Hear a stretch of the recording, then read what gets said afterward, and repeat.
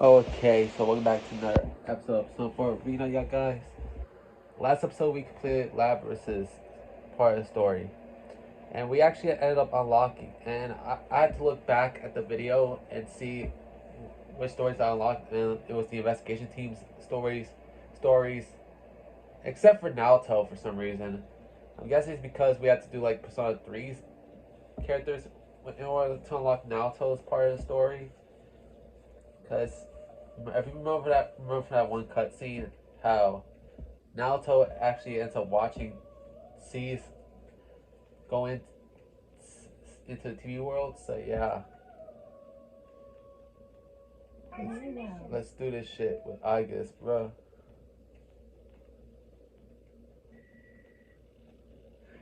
Yeah, essentially from one robot to another. So yeah. I'm sorry. I turned off my consciousness to test the new equipment installed on me. Yes, that's why we use the emergency channel. We've been asked to go into action. Has something happened? Who sent the request? We'll brief you on the details in transit.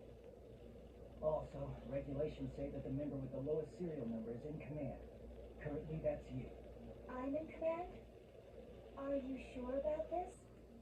After all, I'm... You're well suited for it, in my opinion. Understood. Alright. This is at the airport, May 1st, 2012, 9:30 a.m. Men equipped with assault suits and tactical vests line the concrete ground. Their urban camouflage and moving poses give them the appearance of an orderly line of rocks. 30 minutes had already passed since the special assault team looked up positions near the passenger plane stopped on the landing strip. Their captain glares at the passenger plane before he slowly turns around and looks at each of his men.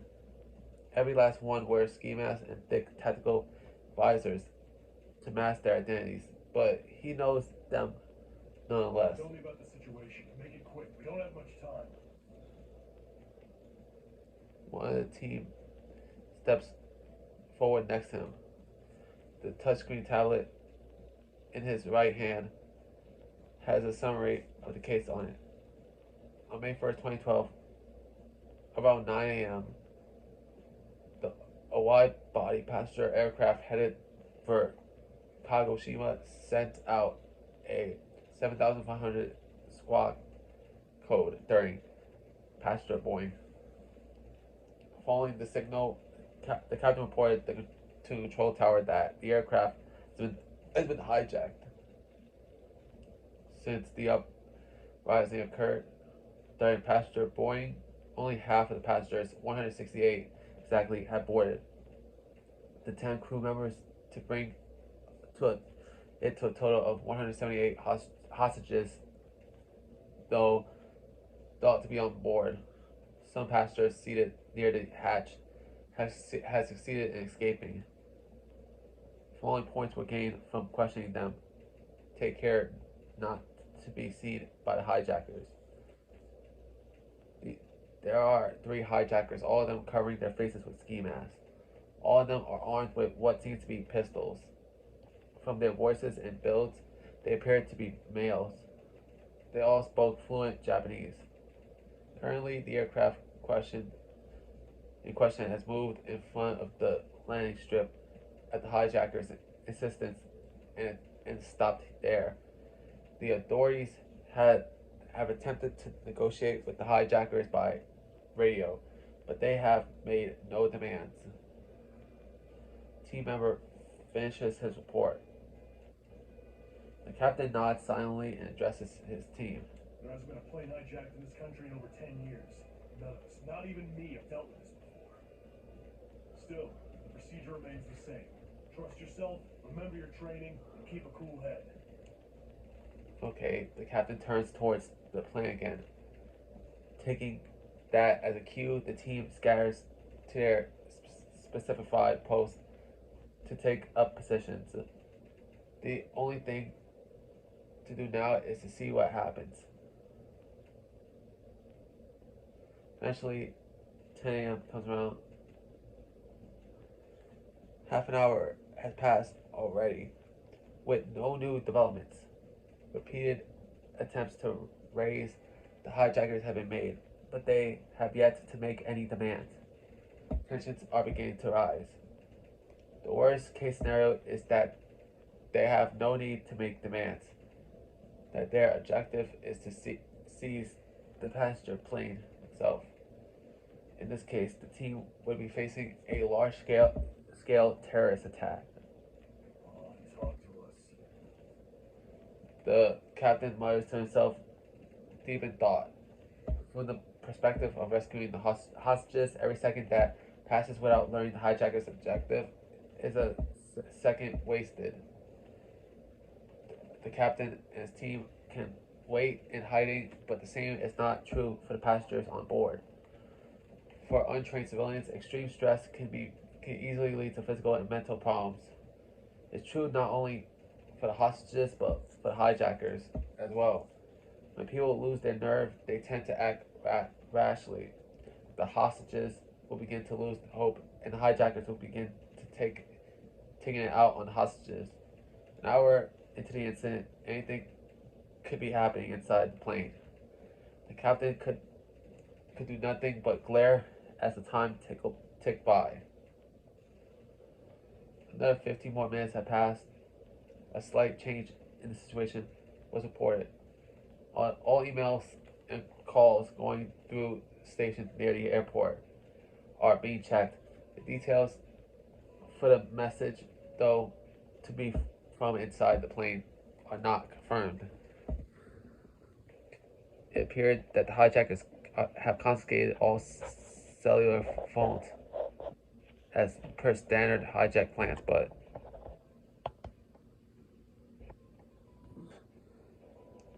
really, bro, I'm guessing the reason why they do that is because they don't want anybody snitching on them, bro. Sir, there's a report from HQ. They picked up a transmission from one of the passenger cell phones. It's a smartphone with GPS, so they can tell it's inside the plane. Confirm those details for me. There are two possibilities. The hijackers are using the passenger's phone to contact associates outside, or the passenger is contacting someone in secret. The latter possibility is more likely. More and more devices have communication capabilities now, making it extremely difficult for hijackers to remove them entirely from play. And the more hostages involved, the more courageous they become, and the most likely to take risks. Yeah, because phones grew in popularity, bro, including smartphones like Apple and Android were growing in popularity around this time. So yeah, given that the game takes place in 2012, yeah, I think this was around the time that the iPhone 5 came out. I think. So yeah. Unfortunately, more hostages involved means it's all the more dangerous to revoke the hijackers. Each individual hostage is worth less to know. The details of the transmission making it apparent that the situation is worse than the team has assumed. The cell phone's owner is a man in his 60s in first class. He signed up with a certain service after being diagnosed with heart illness. It's a remote EKG monitor service that keeps track of the patient's heartbeat. A scheduled massage was automatically sent from the patient's cell phone. Service provider promptly contacted the police, informing them that man was in bad shape. His life is at stake if we don't wrap this up within the hour. Looks like we can't stall for time. As panic spreads, a proposal for negotiations based on this fact and a proposal to storm the plane are both considered. But because only half of the passengers had boarded, the situation The plane inside the plane is uncertain, making a devising a tactical plan difficult. Though, if nothing is done, a passenger will surely succumb within the hour, bruh. Blunder like that must be avoided at all costs. That was the thinking that guided the police officials to make their decision. That same day at 10:30 a.m. What? Withdraw? This is a hijacking. What are you thinking withdrawing our people? Yes, I don't understand. Wait, what's going on? Orders are orders. We'll fall back at once. Get ready. No one understood the sudden withdrawal or why withdraw the team during the hijacking. No one on the scene agreed with the decision, but the order could not be overturned. The men here are not the brain, but the limbs whose power is best to put to use by precisely following orders. Just then, another group approaches without a sound. Its members are dressed differently in suits and trench coats, but all of them are wearing black with sunglasses. At a glance, it is clear that they are tall, well built, and used to rough situations. With nearly 220 of them gathered in one place, they are imposing despite their silence. They don't seem to be airport personnel, but neither are they known to the police. However, the captain senses a kindred spirit in them and approaches. Who are you? His voice is laced with suspicion, but the man in black at the head of the group speaks dispassionately, as if he's For the heard next half hour, nothing. we're in command of this scene. You didn't answer the question. Who's responsible for this? The captain's tone unconsciously hardens. The group of men in black parts, and one of the numbers in the rear step forward. The captain can't stop himself from furrowing his brow. He can already sense the unrest spreading amongst his team watching in silence. The one stepping forward looks like a 17 to 8 or 18-year-old girl. She is dressed in black and sunglasses like those around her, but her slender build is out of place. Not only that, her blonde hair stands out even more in contrast to her all black outfit. The girl walks a few more steps forward and removes her sunglasses. The captain had tended to upraise the look up in her eyes, but only gasped at her crystalline blue eyes. He quickly regains himself and frowns at her. So you're the one in charge? Yes, Are you shitting me? there is no time to waste quarreling.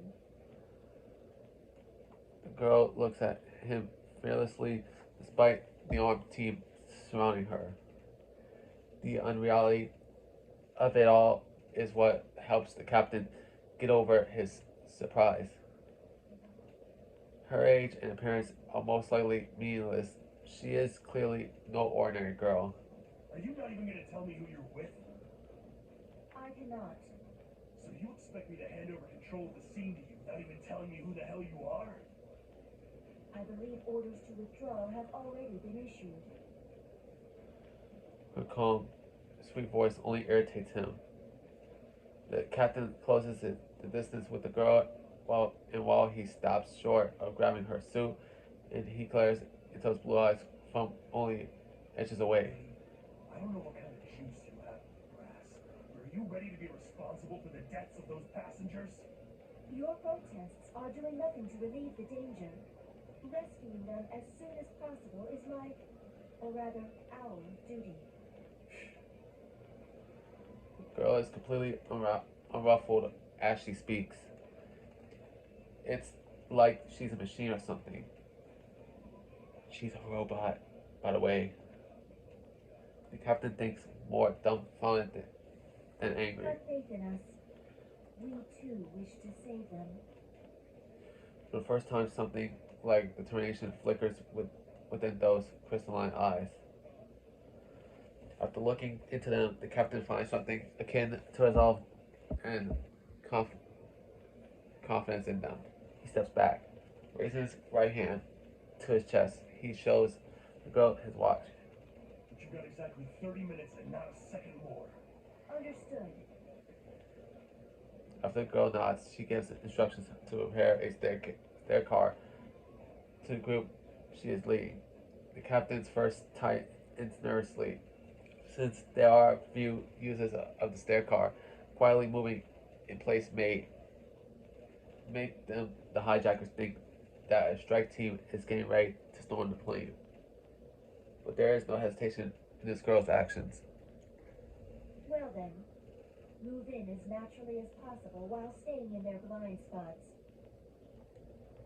Eventually, a roofless stair car advances slowly towards the passenger plane. Closest we can get without them noticing will be about 10 meters from the plane.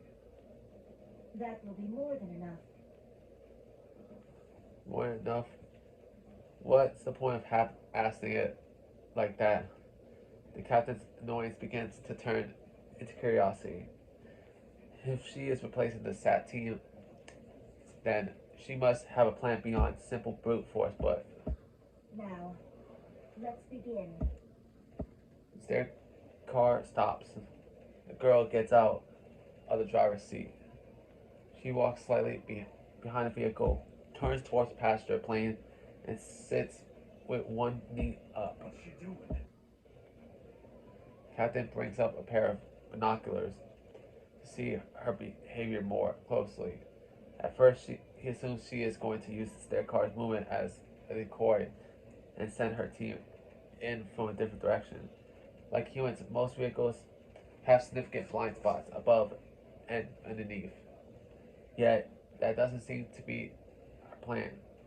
Does she plan to make her move while using the stair car as shelter? Is she possibly going to snipe them? The captain discards the possibility. It would be foolish to set up a sniper perch at a lower angle of elevation where the girl is now. While the captain mulls over the question, the girl makes an unexpected move. She appears to lower her stance slightly one moment. In the next, she is no longer in sight. By the time the captain's grasp that she is running, she has already reached the top of the stair car. Her slant body launches like a cannonball from the top of the stairs. What? She jumped? Eventually, the SAT member's voice their surprise. The girl leaps arcs over a distance of over 10 meters. It's clearly beyond the abilities of a human being. Coming in the middle of a hijacking, the scene seems more surreal. Girl lands on top of the aircraft and stands as if nothing unusual has happened. She looks at the aircraft beneath her and slowly turns her head to scan it from back to front. It reminds the captain of the movement of the security camera. He knows it should be impossible, but he wonders if she can see through the plane ceiling. Eventually, the girl seems convinced of something and begins walking. When she reaches the boarding hatch at the front, she moved her right hand to her back. The captain notices that a special knife coated in gray from blade to hilt is in her hand. What's she gonna do with that knife? The girl suddenly lowers her stance and slides down the side of the aircraft. Just as she is about to fall, she thrusts the knife into the jamb of the hatch and dangles from This it. is crazy. She then uses her left hand to pull the handle and unlocks the hatch with ease. Once a thick airtight door just out of the aircraft, the girl nimbly jumps into the plane. The captain is shocked by her dauntless methods. he begins to wonder if she intends to defuse the situation on her own. Captain lowers the binoculars and faces the reality before him in his own eyes. Who in the hell is she? The doubts he had dismissed rise within him again.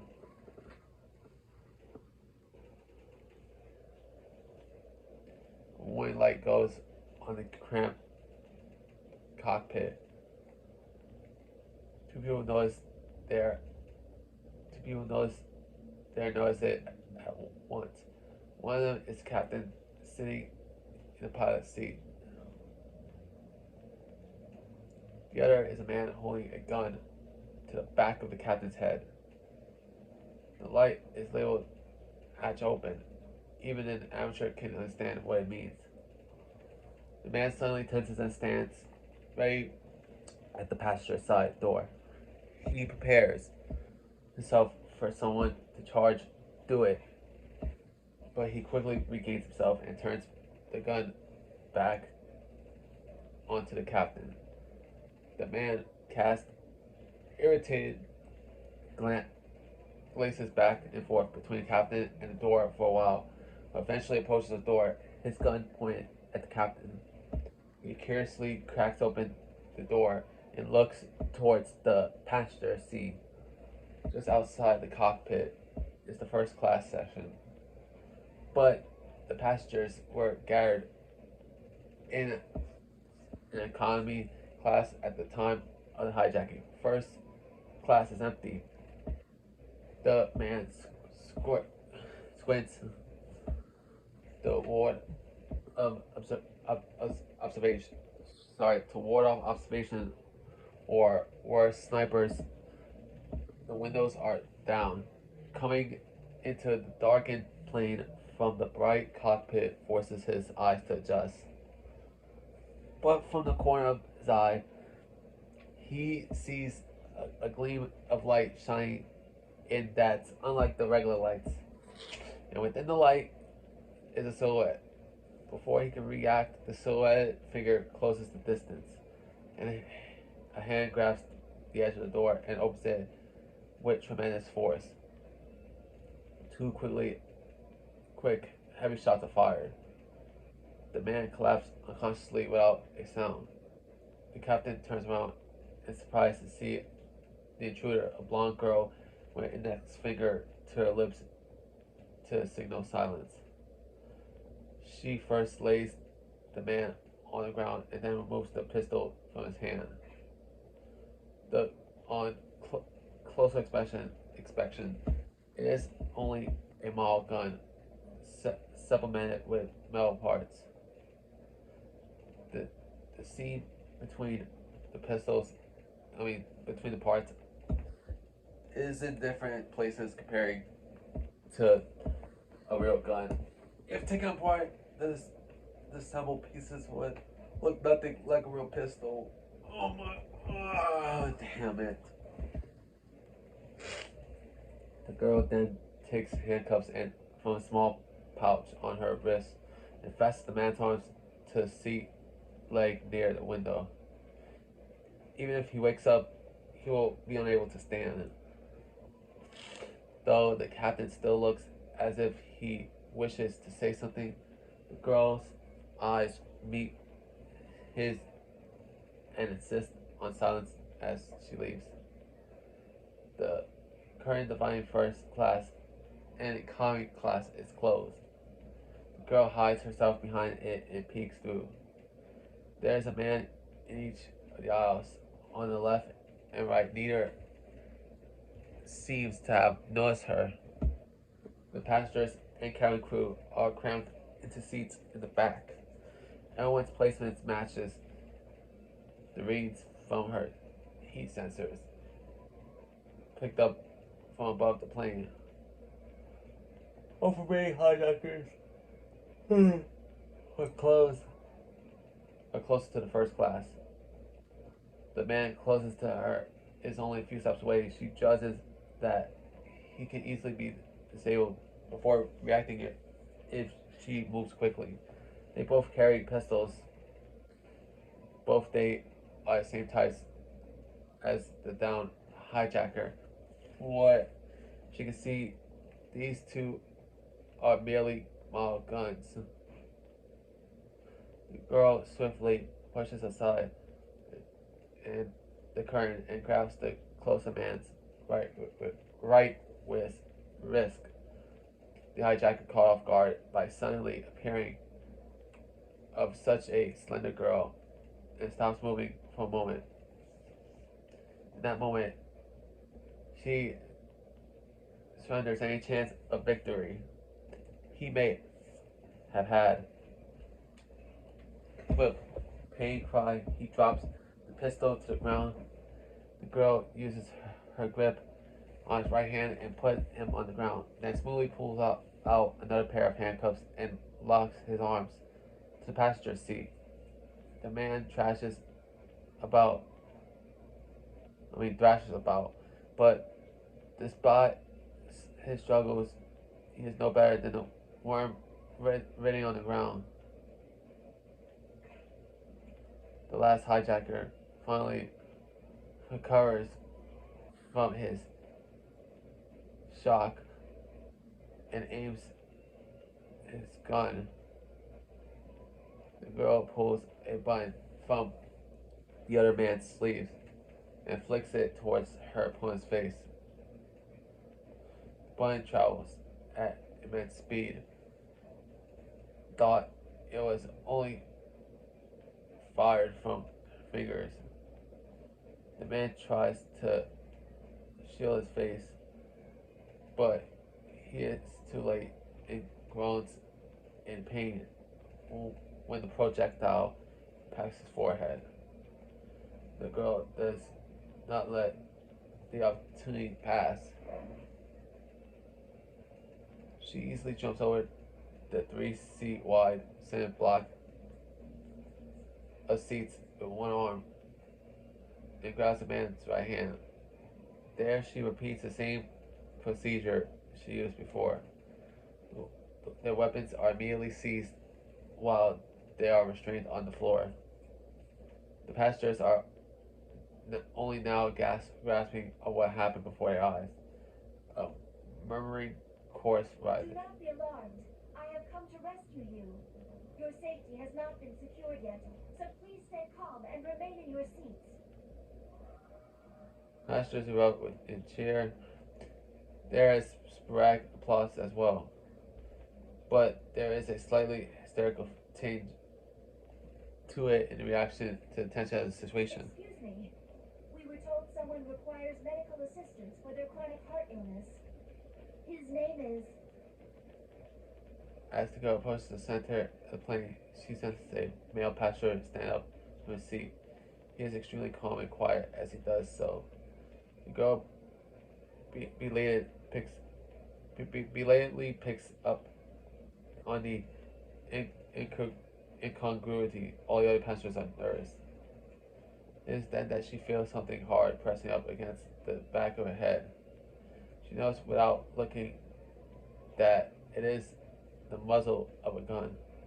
The nearby passenger's cries of relief suddenly turns into screams. I am impressed with your judgment to stay hidden until an opportunity arose. The girl is unperturbed as she continues to look straight ahead. The man stays silent and keeps his pistol pressed to her head.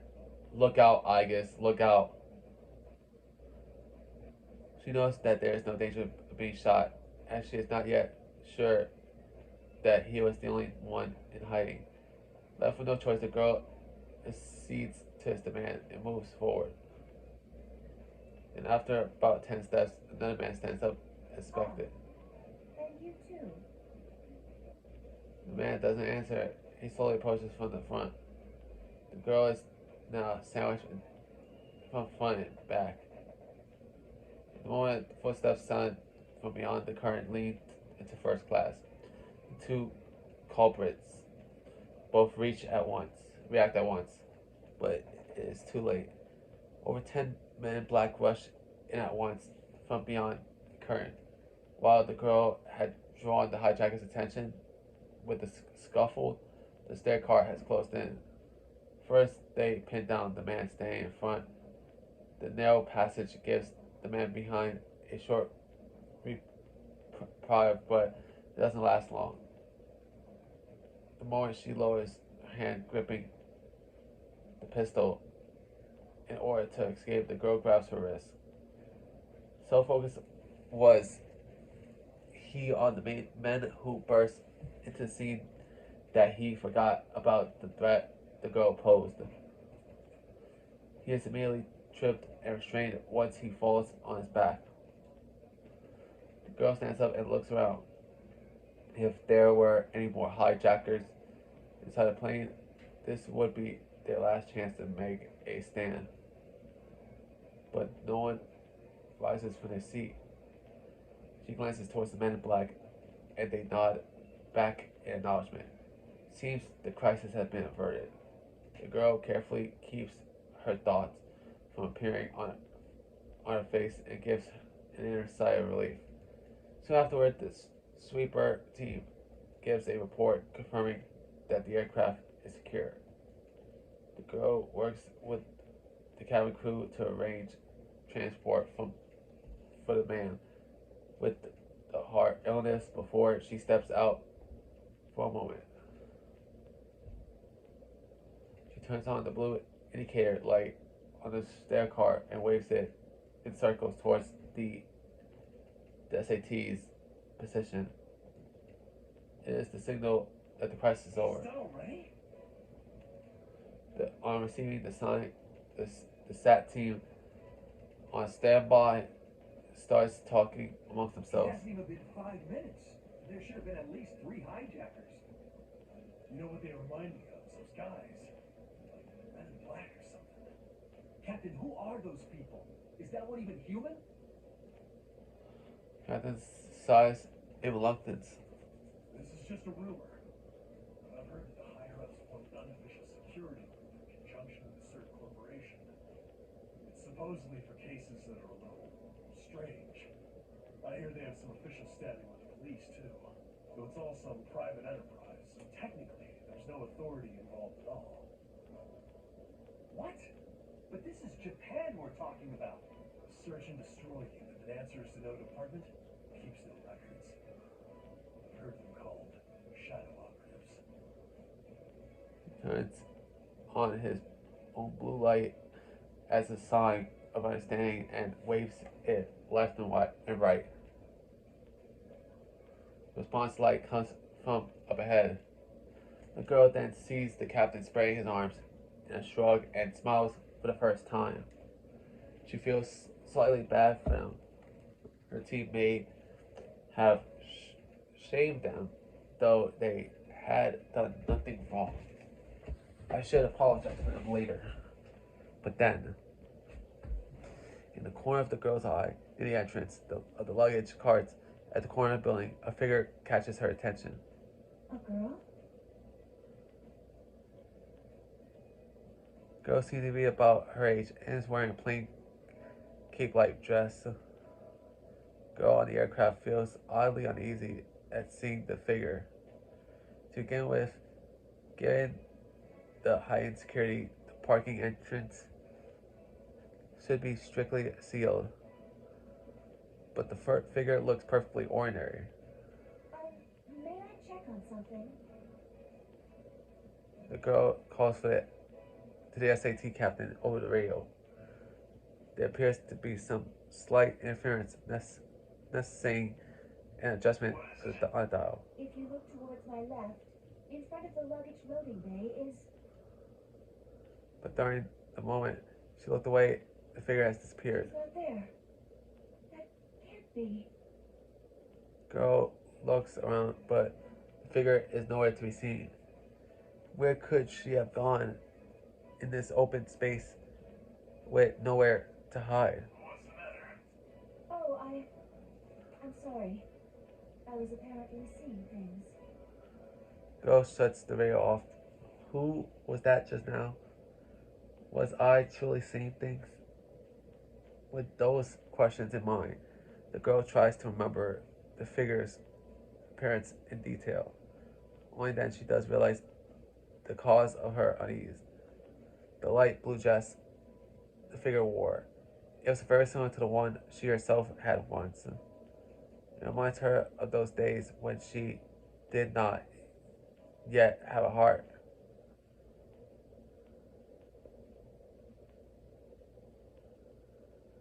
Oh, you fucking kidding me, bro? Like,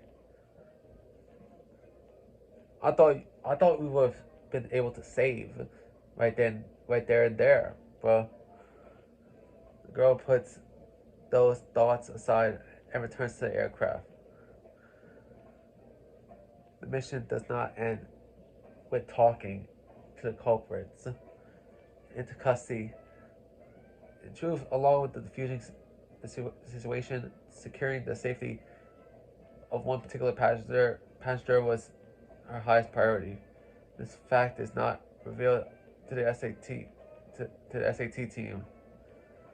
The passenger was originally seated in the first class, but would have been forced to move. Girl looks carefully though through the restless passengers. It is not long before she finds the face she seeks.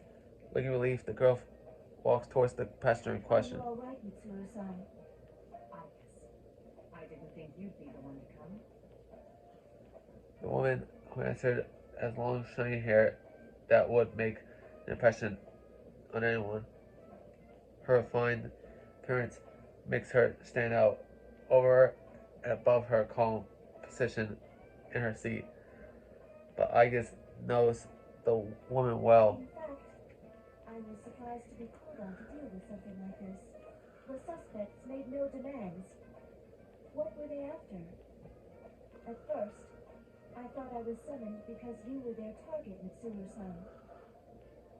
The higher-ups must have thought the same thing and panicked. Especially considering there's cargo on that plane they wouldn't want made public. Wait a second, that cargo... Is something wrong? This hijack seems strange now that I think about it. They made their move before takeoff, which is odd timing. And they forced the boarding announcement to be stopped.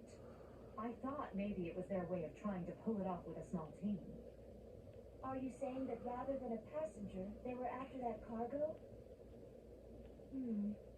It's true that no one would consider the unloaded luggage during a hijacking. I guess I need you to check on my things. Though if I'm right, it's already too late. In response, Igus instructs her team via radio to secure all luggage transport routes. Moreover, she requests a search to ensure that no cargo has been taken. Even if you're right, why would they be interested in your belongings? My usual cargo wouldn't be worth hijacking a plane over. But I was carrying something sensitive this time.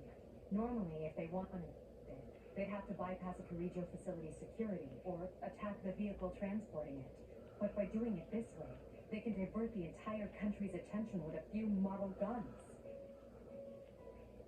Mitsuru smiles. Igus can tell that she is impressed with their odyssey despite herself. Mitsuru-san's cargo. Sensitive belongings for a vacation. I understand. Hijacking a plane out of a desperate desire for undergarments. This incident will surely go down in history.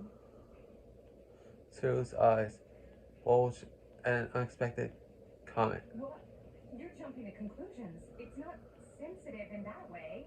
Besides, my underwear is in this bag, and that's it. Enough about underwear. Oh my god, man. How do you switch from cargos to underwear that fast, bro? like, like sometimes. Now I know why I love Persona, because now I know another reason why I love it, because this series could actually be funny at times, bro. Like, she first look off and steers conversation back on track. Accurately, my cargo contained items from Ergo Research. My trip to Kagoshima was partly vacation, but also to oversee their transferal to Yakushima. The official name of Ergo Research is the Corregio Economics Research Lab. Both Mitsuru and Igus have many bitter memories associated with the name. A pall hangs in the air. but radio transmission from one of Aigis' team cuts the moment short. Ida speaking. I see. Understood. Cyril looks at Aigis questioningly, and she nods. It's as you suspected. They found that one of the boxes scheduled for transport has gone missing. I thought as much. With a small sigh, Mitsuru rises from her seat. We must get it back, I guess. The rest of the team can finish up here. I need you to come with me. Aigis inspects Mitsuru's face carefully. Will you be joining the search as well? Well, I'm personally involved, so yes. In other words, you will officially rejoin the unit and participate in this mission. To be more direct, is it accurate to say that you are abandoning your vacation? Mitsuru sighs with some exhaustion. Aigis interprets her silence as approval. Then I hereby transfer command authority to you, Mitsuru-san. Regulations state that the member with the lowest serial number is to take command. And since you are member number 1, the official leader of the Security Department Shadow Response Unit, also called the Shadow Operatives. I have a feeling I wouldn't be able to enjoy this vacation for long. Yeah, like Mitsuru has to do like a lot of like work over the past few years in universe, bruh.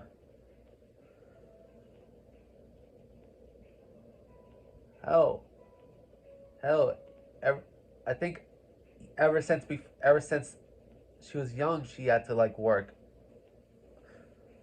and focus on a lot of stuff, from C's to the Shaw operatives to the Karijo group, bruh. So yeah.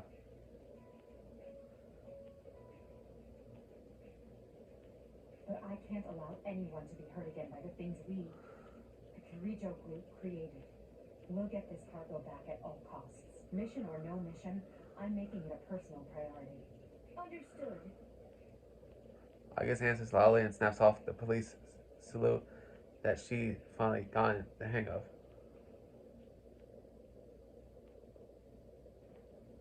I am Aigis. My official name is 7th Generation Anti-Shao Suppression Weapon Aigis. As my name implies, I am non-human. I am a humanoid weapon, a robot essentially. Though, with the right choices, a surprising number of people cannot tell the difference. I was created in the research lab owned by one of the world's foremost conglomerates, the Karijo Group. I was made to examine a certain enemy. They're called shadows, monsters born from the people's repressed emotions, granted dark life. Shadows can only be defeated by those with the special power of personas. One persona could be said to be the power to wield the shadow within. They are two sides of the same coin, though one cannot have a persona if they do not also have a heart. It was given a mind to artificially develop a persona and a body close to that of a human, so that mind could maintain a personality. A heart designed for Bao, a body designed for Bao. I did endure some suffering because of my original purpose, but now I have a place where I belong, somewhere I can make full, beneficial use of my power. That is the Security Department Shao Response Unit. Our nickname is the Shao Operatives. The Shao Operatives were formed at Material Karijo's directive. She is the Saikon of the Karijo group, who created me. She has taken responsibility for Shaos. Our objective is to identify and resolve incidents involving Shaos by eliminating them. All of those members are persona users or have similar qualifications during operations. Our guidelines state that the members with the smallest number has command. The number that I was issued was 5. Though I am not human, I am treated as a member and not a piece of equipment. Moreover, my number is in the single digits. It's possible that there will be missions like today where I must take command of a dangerous operation. In order, in other words, I am recognized of having the same life and dignity as humans. Because Material Son and the others have such trust in me, I want to repay that trust with results. There is another reason why I'm working my hardest in this case. Soon after the hijacking was resolved, the stolen cargo was identified. Its contents surprised me. 5th generation anti-shell suppression weapon. The unit named Labris. She is one of my sister units. She was sealed over a decade ago for some reason and has been in storage with the other artifacts since then. If y'all watch my if you watch my gaming videos on Labris' story, you'll know why. But to sum up what happened, basically as a result of the scientists making Labris fight her own kind, she ended up initially rebelling against them as a result, before she ends up letting them capture her, which results in her being put into like storage for God knows how long, bruh. So yeah, Laris, a humanoid weapon just like me. Is it possible that she has a heart? If so, I want to save her before she is misused. This is a mission, but more than that, I feel that it is a duty I must carry out. Alright, now we can save, bruh. God damn, man.